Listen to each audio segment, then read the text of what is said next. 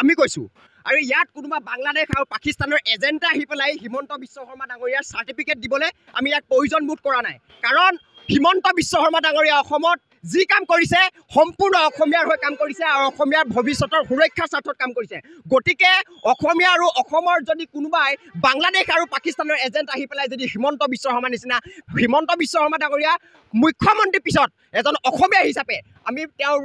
প্ৰতিটো কামত আমি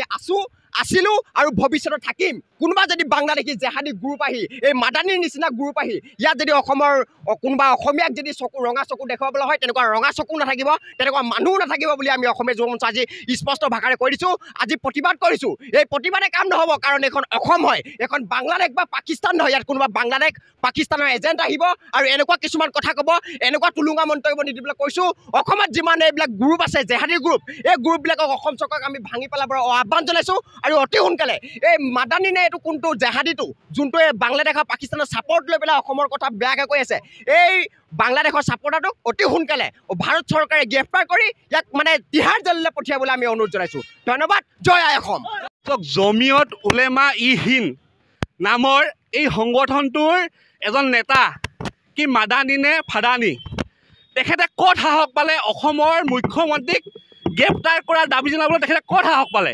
অসমৰ মাননীয় মুখ্যমন্ত্ৰীক অবৈধ বেদখলসকল উচ্ছেদ কৰাৰ বাবে অপহৰণ কৰাৰ দাবী তুলিবলৈ তেখেতে ক'ত সাহস পালে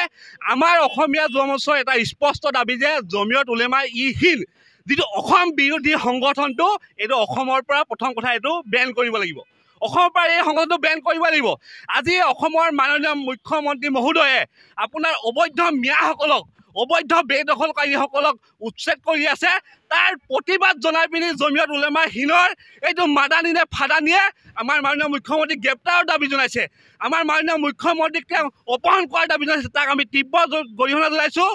আজি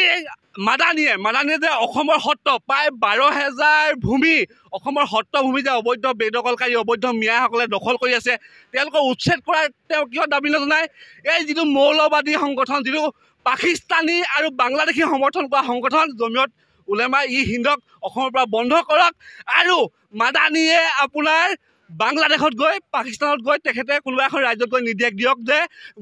বাংলাদেশৰ মুখ্যমন্ত্ৰী সলাব লাগে পাকিস্তানৰ মুখ্যমন্ত্ৰী সলাব লাগে অসমৰ মাননীয় মুখ্যমন্ত্ৰী মহোদয়ক আমি অসমীয়া জনতা সমৰ্থন কৰিছোঁ যে অসমীয়া মাননীয় মুখ্যমন্ত্ৰী মহোদয়ে আমাৰ অসমৰ যিমান বেদখলকাৰীসকল আছে সকলো বেদখলকাৰীক উচ্ছেদ কৰিছে আৰু এই উচ্ছেদ অভিযান তীব্ৰতৰ কৰিবলৈ আমি জনাইছোঁ বিশেষকৈ অসমীয়া জনতা স্পষ্ট কথা অসমৰ এতিয়াও যিবোৰ সত্ৰত আপোনাৰ অবৈধ মিয়াসকলে বেদখল কৰি আছে সকলো অতি শীঘ্ৰে উচ্ছেদ কৰিবলৈ আমি দাবী জনাইছোঁ